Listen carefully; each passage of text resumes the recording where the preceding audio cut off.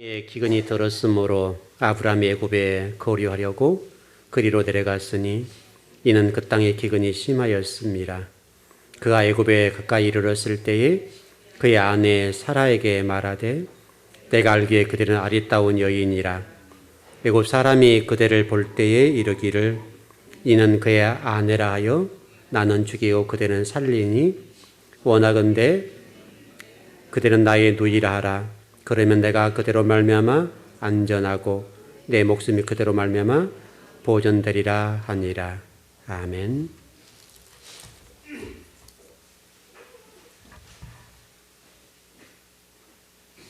우리가 평소에 어떤 말을 하느냐는 굉장히 중요하죠. 평소에 여러분들이 말을 하게 될 때 그 말이라고 하는 것은 여러분 어떤 인생 속에 무의식 세계 속에서 영향받은 것이 나오거든요. 그러니까 그전가 드라마에 잠깐 제가 얘기를 좀 들어봤는데 어떤 얘기를 했는가 하면 이런 얘기를 하더라고요. 그 새엄마하고 이렇게 본엄마, 친엄마가 돌아가시고 새엄마가 사는 그 얘기를 하면서 그 얘기를 하더라고요. 이제 그 딸이죠. 새엄마가 본처에 낳은 딸이 새엄마 얘기를 하는 거죠. 뭐라고 얘기하는가 하면 새엄마 그래요. 그래서 왜 그러니까 새엄마 저는 제 엄마로 배운 게 뭔지 아세요? 그러니까 뭐냐 이렇게 물으니까 그 딸이 하는 얘기가 그 새엄마한테 그런 얘기 하는 거죠. 복수라고. 자기가 태어나서 첫 번째 들은 말이 복수래요. 아마 이제 그랬던 것 같아요. 어떤 드라마상에 진행된 내용이 본처가 있는데 신랑이 있고 본처가 있는데 이 본처 있는 상황에서 새로운 여자를 만났던가 보죠. 그러니까 이 본처가 이 신랑과의 관계 속에서 계속 그 얘기했던 게 뭐냐면 복수 그것만 했던가 보죠. 이해되셨죠 상황이. 계속 그 얘기를 하니까 이 갓난아이가 처음 들었더니 복수는 어떻게 알겠어요? 그 상황을 설명하는 게겠죠. 우리 엄마는 계속해서 하는 얘기 무슨 얘기를 했는가 하면 복수해야 된다. 그렇게 배웠다는 거죠. 그러니까 이제 새엄마에 대해서 또 자기 아버지에 대해서 복수를 하려고 하는 거죠. 여러분 평소에 우리가 무슨 얘기를 들었느냐에 따라서 우리 인생이 달라져요. 이런 부모된 입장에 있는 분을 잘 아셔야 돼요. 부모된 입장에 여러분들이 평소에 이 아이들이 쓰는 언어가 순화된 언어, 생산적인 언어, 미래지향적인 언어, 이걸 사용하느냐 못하느냐 문제는 여러분의 자녀들의 미래를 어떻게 끌고 나갈 것이냐. 그게 여러분 몸에 배이거든요. 여러분 몸에 배니까 나도 모르는데 그걸 가고 있는 거예요. 여러분 현재 모습은 여러분 부모님한테 배운 모습이에요. 그것을 이제 말씀을 통해 기경되어지고 고쳐나가는 작업을 하는 건데 그 작업이 만만하지 않다고요. 이제 그 기경된 이미 우리 어떻든 무의식 세계 속에서 영향받았던 그것들이 나도 모르는데 그걸 흘러가는 거죠. 근데 그것이 생산적이고 사람을 살려낸 쪽이면 얼마나 좋겠어요. 근데 그게 사람을 죽일 때는 어떻게 하냐 말이에요. 죽일 때는. 사람을 무너뜨리고 사람들을 피폐하게 만들어버리고 그럴 때는 어떻게 할 거예요. 분명히 여러분들 누군가 어떤 영향력을 미칠 거예요. 선한 영향력이든 악한 영향력이든 미칠 거란 말이죠. 그 영향력을 미칠 때 자녀에게도 똑같습니다만은 자녀에게도 선한 영향력을 미칠 수 있고 악한 영향력을 미칠 수 있는 거예요. 근데 그 아이들은 뭔지 모르지만 그 영향을 받고 자라는 거예요. 그래서 여러분 부모들이 이 기준이라고 하는 성경 말씀을 애들이 잘 가르친다는 게 그렇게 중요해요. 그래서 여러분이 성경적인 사고를 가지고 자녀들 양육하고 가르치고 훈육한다면 이 아이들은 먼 미래에 하나님이 기뻐 쓰시만 하는 종들이 될 거예요. 근데 만약에 여러분들이 지금 이 아이들에게 쓰는 어떤 언어라든지 신앙관계 이런 모든 가치관의 문제들이 잘못 가르쳐 놓으면 그 아이들이 어떤 열매를 맺겠어요? 아름다운 천사 같지만 그 안에 가시가 들어있는 그런 사람이 될 수가 있겠고, 어떤 경우들은 그게 볼품없이 보이지만 향기 나는 꽃도 있을 거란 말이죠. 그럼 여러분 인생에 있어서 여러분의 자녀의 미래에 있어서도 여러분이 어떻게 이 아이들을 양육해 내느냐의 문제는 아주 중요한 문제인 거예요. 그래서 여러분 부모된 여러분이 신앙에 관해서 정리하자면, 우리가 오전 예배 때 배웠습니다마는 이 호렙산이라고 하는 것이 어떤 장소냐, 그것이 우리 교회라는 관점 똑같잖아요, 여러분. 호렙산이라는 관점이 내 생각과 내 가치관과 내 의식고지를 죽여놓고 정말 아버지가 말씀하신 대로 걸어가면 하나님 복을 주겠다는 말이잖아요, 여러분. 근데 우리 자아가 그 말씀 위에 있으면 어떻게 되겠어요? 말씀 역사하는 것이 아니라 말씀을 빙자해서 내가 역사하는 거죠. 이제 이게 우리 신념이라는 거가 연결돼서 좀 풀었습니다만은, 우리가 지금 이 부분이 얼마나 우리에게 많은지 몰라요. 신앙이라는 이름을 가장하고 내 생각을 지배해버리고 내 생각을 전달하는 경우들이 얼마나 많은지 몰라요. 그래서 호렙산이라고 하는 것은 황폐하다. 우리가 창세기 1장 2절에 혼돈과 공허, 흑암의 상태, 이 상태를 죽여야 된다는 얘기잖아요. 결국 진리 말씀으로, 빛으로, 지식의 말씀으로 그걸 죽였을 때에, 그러니까 내가 완전히 아무것도 아닌 상태, 나를 완전히 내려놓은 상태가 될 때 하나님 말씀이 임하고 복이 임한다는 거잖아요, 결국은. 여러분, 이스라엘 백성들이 그런 복을 받았고 이 애굽에서 나와서 광야를 걷는 동안에 여러분 아시는 대로 왜 그들이 죽었냐고요. 왜? 여러분, 이거 천 번 들으면 못할 것이야. 여러분, 이것을 영향을 안 받고 내 생각을 다 놔두고 그랬지. 이게 비상적이고 추상적으로 몇천 년 전에 그런 일이 있었지. 그 이야기잖아요, 이야기. 그래서 우리 여러분 정치 문제도 마찬가지지만, 여러분 정치를 보면서 저놈들은 나쁜 놈들이다 했단 말이죠. 그런데 그런 어떤 영향들이 일어나고 있는 일들을 보면 우리나라가 이렇게 굉장하게 좀 이상한 거죠. 얼마나 우리가 지금 이게 치열한 국민들 사이에 이런 갈등과 싸움이 있냐고요, 지금. 힘을 합쳐도 우리가 지금 이 세계 속에서 경쟁력이 떨어지는데, 우리나라가. 우리 국민이 힘을 합쳐도 이 세계 속에서 힘들어. 왜? 일단 우리가 자원이 부족해요. 인적 자원도 부족해요. 최소한도 선진국이라면 인구가 1억 이상 돼야 된다. 1억 이상이. 그래야 자체적으로 생산했을 때 소비가 되는 거죠.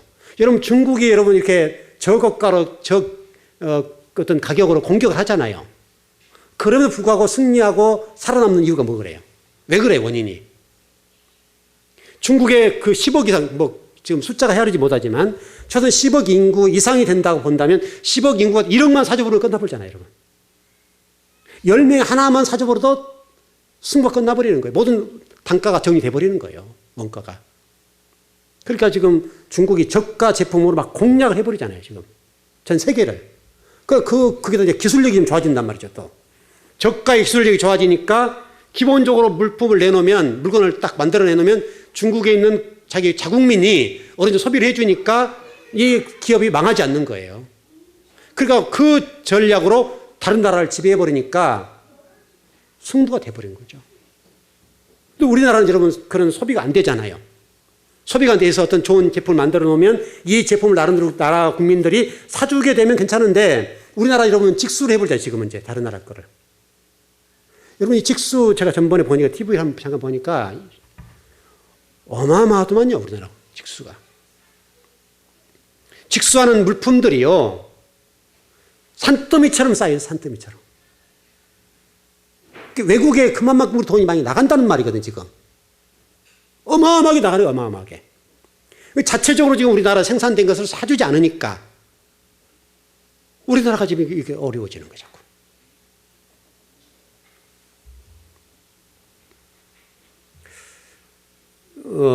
여러분과 저는 대한민국을 떠나서 살 수 없죠. 대한민국은 국민이잖아요.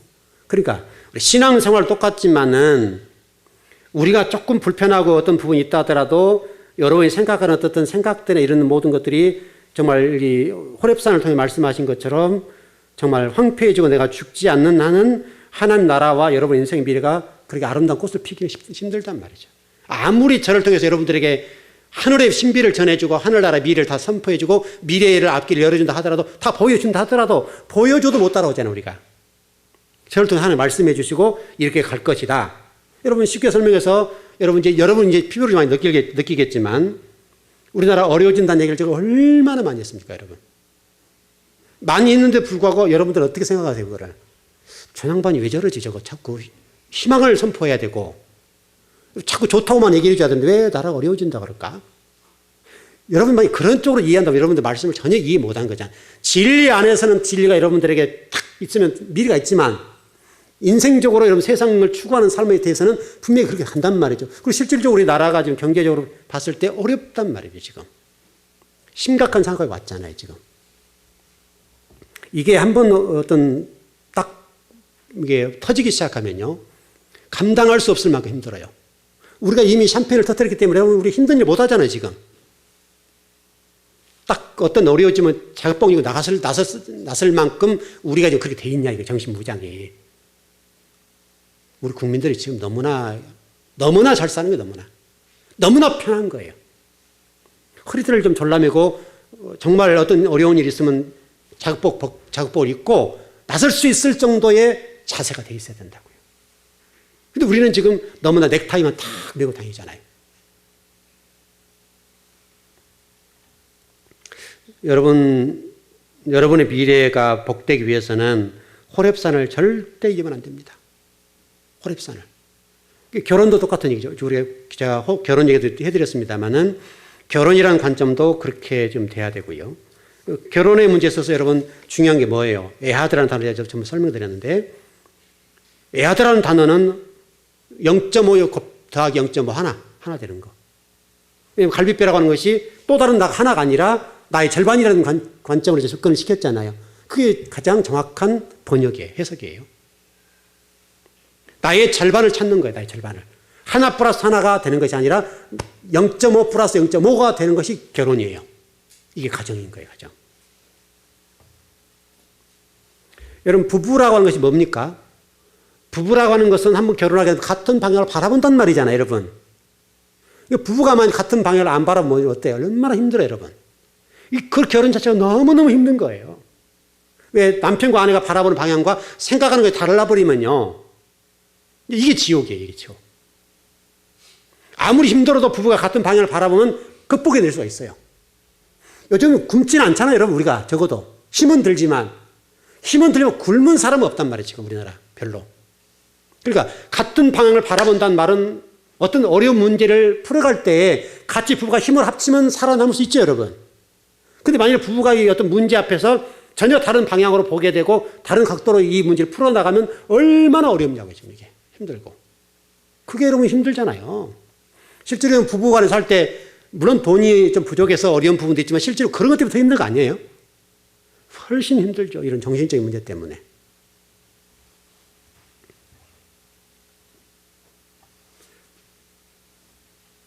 그 일이 곧 하나님과 우리가 하나 된 사건입니다. 하나님과 우리가 하나라고요. 여러분 그 애굽의 10가지 재앙을 제가 전번 금요일 좀 하다가 말았는데 이 10가지 재앙은 모세를 통해서 애굽의 어떤 이집트에 행한 이적이죠. 이 부분은 애굽을 통해서 우리에게 말씀하신 것인데 우리 가운데는 이 10가지의 우리 어떤 하나님과 반대되는 어떤 것들 여러분에 있을 거라고요.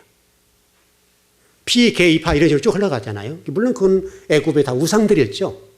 다 우상들이었지만 곧 그 얘기는 우리 안에도 그런 우상이 있다는 거잖아요.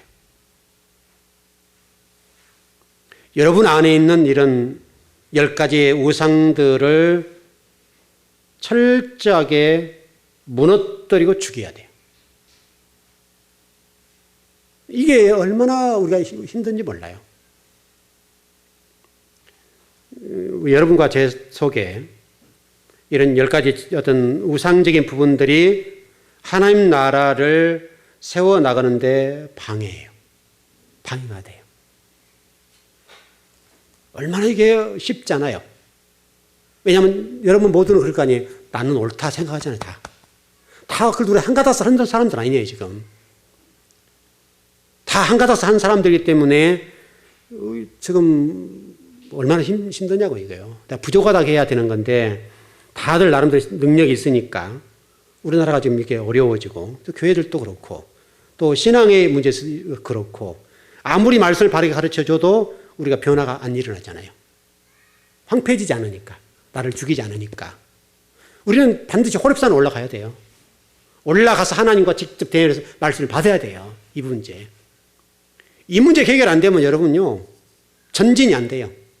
여러분 이스라엘 백성들이 이 시내산에 모여서 뭐 신학적으로는 뭐 2년 했다, 뭐 1년 했다 그런 얘기도 나옵니다. 어떻든 간에 최소 1년 이상을 거기서 성경 공부를 했단 말이죠. 말씀을 공부했다고 말씀을. 하나님 말씀을 거기서 자세히 공부를 했어요. 어떤 또 신학자는 뭐 2년, 어떤 분은 3년 했다 그렇게 얘기 나오는데 어떻든 간에 최소한 1년 이상 하나님 말씀을 매일 집중적으로 공부했어요. 집중적으로. 이게 얼마나 많이 한 거예요, 여러분. 365일 1년 동안 오직 진리의 말씀을 배웠단 말이에요. 토라를 배웠다고요. 토라를 애울 정도로 배우는 거예요. 그리고 나서 광야를 걸어가는데 그런데도 불구하고 그 안에 뭐가 나와요? 툭툭툭 튀어나오게 애굽에서 배웠던 그런 것들이 툭툭툭 튀어나오는 거예요. 바로 이게 우리예요, 여러분. 여러분과 제가 아무리 말씀을 배우고 또 배워도 지금 말씀을 배울 때는 하나님 사람처럼 살겠다 싶을지 모르지만 순간적으로 툭툭 튀어나오는 게 뭐가 나오는 거예요? 세상적인 가치가 막 튀어나오는 거예요. 이미 우리가 구원받았다 그러지만 여전히 우리는 하나님 백성을 살아가고 있는데도 불구하고 그리스도인이라는 이름을 가지고 살아가는데 항상 애국적인 것이 툭툭툭 나와요. 이게 하나님 나라를 방해하는 거예요. 합리적으로 볼 때는 어떤 것이 훨씬 더 크게 느껴져요. 세상적인 관점이 훨씬 더 합리적이에요. 성경적은 여러분, 성경적으로는 얼마나 이게 불합리하게 보이냐고요.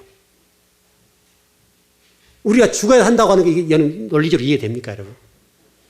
역설적인 진리가 얼마나 우리 합리적인 이 사고 속에서 그 이해가 되고 깨달아지고 그게 순응해지냐고, 우리가 지금.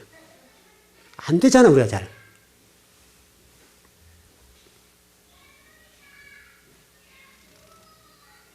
제가 그 목회자들에게 얘기할 때 그 얘기를 많이 하는데요. 제발 말씀 좀 공부해라. 그리고 만약에 개척을 하거든 누구 돈 받지 말고 해라. 그 얘기 정말 많이 합니다. 혼자 일어나시라고. 하나님 돈만 바라보라고 얘기를 합니다. 여러분 현실적으로 봤을 때 누군가 도움 받는 거 훨씬 빠르잖아요, 여러분. 여러분 그렇죠? 누가 도와주면 얼마나 부드럽냐고 이게. 그럼 그만큼 간절히 기도가 됩니까? 그럼 계속 누가 도움을 줘야 돼요. 그렇지 않으면 안 되는 거예요. 자, 아마 여러분들 이런 표현을 썼을 거예요. 혀를 모래밭에 받고 죽어도 형제간에게 그런 얘기하면 안 된다. 그럼 제가 그 얘기 많이 했죠. 혀를 모래 받고 죽어도 동생들이나 형제들한테 목회할 때 돈 보태주라. 그 얘기면 안 된다. 여러분 그거 쉬운 얘기 아니에요. 얼마나 어려운 얘기인지 몰라요. 그런 일이 발생될 때 당장 생각나는 게 그건데요. 근데 그거를 거부하고 걷는다는 것이 얼마나 힘든 문제냐고요. 그럼 누구하고 승부를 걸으라는 거예요? 하나님과 승부를 걸어버려야죠. 하나님과 승부를 거는 것이 훨씬 빠른 거예요. 힘들지만. 근데 우리가 그걸 하냐 이 말이죠. 예를 들어 목회자들에게 제가 성경을 많이 공부하라고 만나는 분들마다 얘기를 많이 하는데 어떻게 보면 그분들 입장에서는 제가 별종일 거예요. 우리 전사님들 외에도 많은 우리 목회자들에게 제가 만나서 얘기를 하면 할 때마다 말씀 공부해야 된다고 얘기를 하거든요. 그분들 생각하기는 도대체 이게 저 목사가 어떤 목사냐. 지만 성경 공부한다고 지만 뭐 똑똑하고 지만 뭐 하나님 사람인가 별 생각을 다 할 거란 말이죠. 그러나 여러분 실질적으로 여러분 목회를 해보면 알지만 목회가 가장 힘든 게 뭔지 아세요? 제일 힘든 게 공부예요. 정말 공부가 힘들어요. 다른 목회는 뭐 쉽다는 말이 아니라 공부가 훨씬 힘들어요. 하루 종일 앉아서 공부한다는 거 여러분요. 얼마나 쉽지 않은 거예요. 여러분 한번 해보세요. 한번. 여러분이 며칠, 한 일주일 정도만 앉아서 성경 읽어보시라고요. 얼마나 그 일주일 동안이 힘들고 그 일 얼마나 고통스러운가. 허리가 여러분 이게 나만 합니까? 엉덩이가 그걸 견뎌냅니까? 어려워요. 그러니까 그 어려운 것을 안 하려고 그런 거죠. 정말 우리 목회자가 알아야 할 게 뭐예요? 성경 말씀이잖아요, 결국은. 여러분도 똑같은 얘기죠. 여러분도 인생을 살아가는데 하나님의 복과 은혜를 받으려고 한다면 어떻게 해야 되겠어요? 하나님 말씀을 따라가면 되잖아요. 최고 정답이잖아요. 최고 정답. 가장 좋은 정답인데 우리는 그 정답을 별로 원하지 않죠. 여러분 절대로 잊지 말 것은 여러분이 살아있는 동안에 여러분 안에 진리보다 다른 어떤 것들이 큰 것, 그게 우상이라 본다면 10가지 재앙 가운데 그 10가지 재앙을 받는 그것이라 본다면 그것 안에서는 하나님 복과를 온전하게 누릴 수는 없어요. 그게 여러분 10가지 재앙이에요. 그러니까 모세를 하나님이 철저하게 뭉개뜨리잖아요. 마지막에 뭘 죽여버려요? 장자도 죽여, 장자. 말 안 들으니까. 장자를 죽여서 바울을 굴복시키잖아요. 여러분 가장 사랑하는 아들이 죽으면 어떻겠어요, 여러분? 모든 인생이 끝나버리잖아요, 여러분. 여러분이 힘들고 어렵고 또 사업도 힘들고 직장도 어렵고 또 아이들 키우기도 어렵지만 그럼에도 불구하고 여러분 자녀가 없으면 여러분 희망이 있어요? 여러분 가정 속에 자녀가 없다면 여러분 희망이 없어요. 내가 노력할 이유가 없는 거예요. 그건 사실이잖아요, 여러분. 아무리 힘들어도 저런 자식들 내가 나처럼 아닌 더 훌륭한 아이로 키우기 위해서 노력해야 되겠구나. 허리띠를 졸라매고 상사 앞에서 굴욕을 당하고 때는 모멸감을 느껴도 내 자식이 있으니까 그놈들 때문에 참아야 된다. 참아낼 수 힘이 생기잖아요. 왜? 내 자식이 있으니까. 내가 이렇게 함으로 자식을 키울 수 있으니까 내가 버텨내자. 모멸감과 굴욕감을 느껴도 힘을 생기면서 참아내고 견뎌내잖아요. 그리고 그 헌신과 수고한 물질을 통해서 자녀를 양육할 때 그 기쁨이 그보다 훨씬 크잖아요.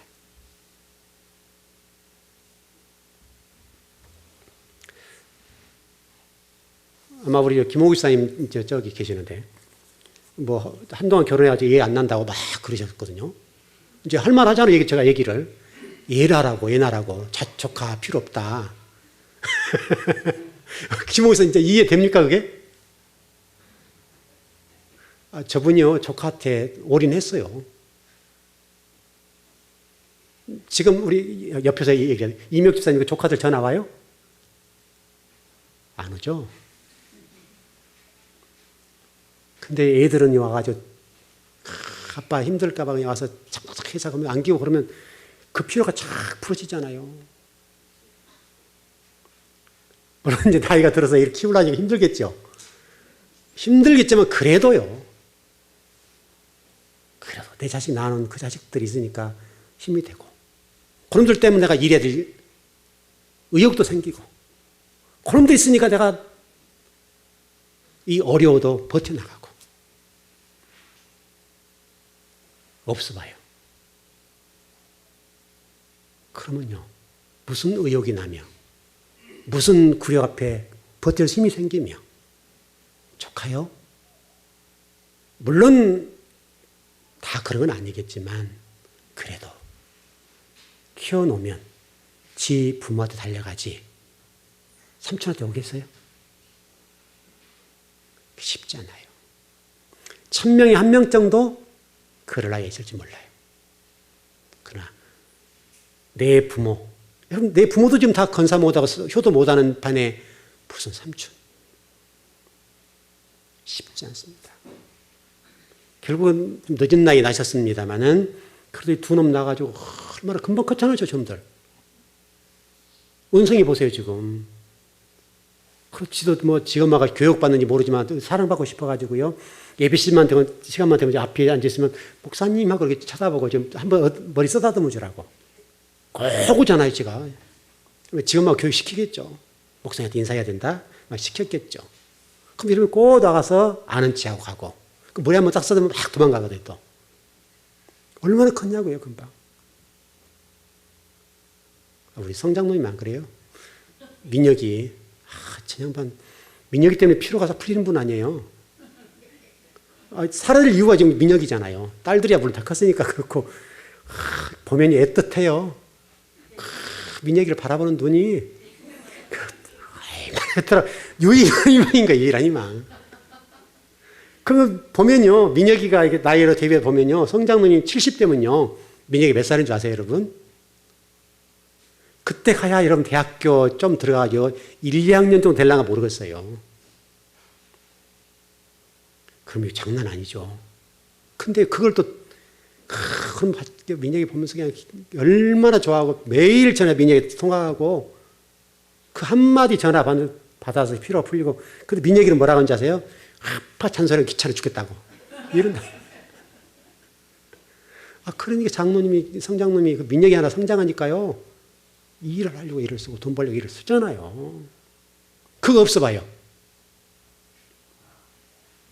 딸들이 다 성장했으니까 뭔 재밌겠어요. 매일 이제 또 이놈들 크니까요. 지 아빠, 지 엄마한테 뭐라 해서 그러잖아요. 또 아빠 그러지 마 이렇게 하고 그러잖아요. 민혁이는요. 그러네. 유일한 희망. 70대도 제가 계산해 보면 민혁이가 10살이잖아요. 10살 맞죠? 10살. 그냥 군대 갈 나이가 10년 남았죠. 그러면요, 이게 장난 아닌 거예요. 그래서 전번에 웃음의 소리로 그런 얘기 했어요. 재홍아, 네가 군대에 가면 네가 데리고 가. 성장님 데리고 가면 할아버지가 오시다가 혹시라도. 그리고 웃고 그랬어요. 웃는 얘기입니다만. 그 정도잖아요, 지금. 여러분, 가정 안에 미래라고 하는 것이 자녀잖아요. 그 미래인 자녀들을 여러분들이 말씀으로 양육해서 잘 키워놓으면 얼마나 보람되고 얼마나 귀하냐고요. 근데 여러분들이 여러분의 사고 속의 자녀들을 진리 말씀으로 바르게 키워놓지 않으면 하나님의 복과 은혜를 받을 수가 있겠으며 미래가 열려지겠냐고요. 하나님이 길을 열어주냐고요. 하나님이 길을 열어주려고 여러분이 하려고 한다면 여러분들이 신앙적으로 잘 살고 잘 가르쳐 놓으면 그게 복이잖아요. 최고복이 여러분 그거 아닙니까?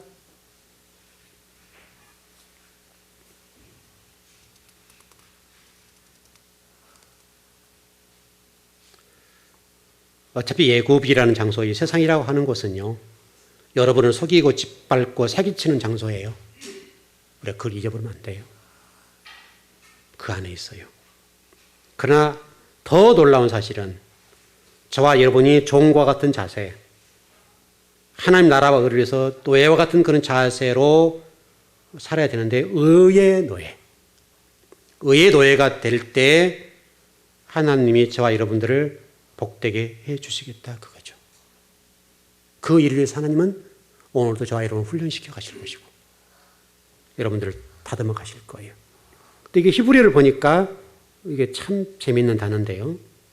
히짤티라는 단어가 있는데 기도를 하는데 사도 바울이 고백했던 것처럼 나는 종이다. 그리스도 예수의 종 바울은 이렇게 나가잖아요. 그리스도 예수 종된 바울. 그 종이란 말이 무슨 단어? 히짤티라는 단어예요. 곧 그 말은 나는 의의 노예입니다. 그 말이죠. 의의 노예. 근데 의의 노예라고 하는 것은 짤이라는 단어가 보니까 훈련한다. 뭐를 훈련하냐? 의를 훈련하는 것이고 이 짤티라고 하는 관점에 보니까 노예로 훈련하는 거다. 의의 병기로 훈련하는데 노예가 되도록 훈련하는 것이다. 그게 하나님이 저와 여러분을 향한 훈련 계획들 그런 거라고 말씀하고 있습니다. 좀 정리해 보죠.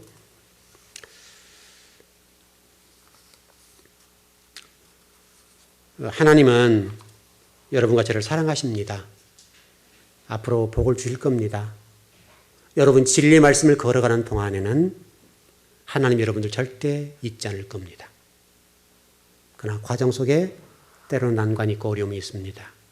그것을 진리로 극복하십시오. 말씀을 깊이 묵상하고 자녀들에게 진리 말씀의 가치관 안에서 가르치고 훈육하고 지도하십시오.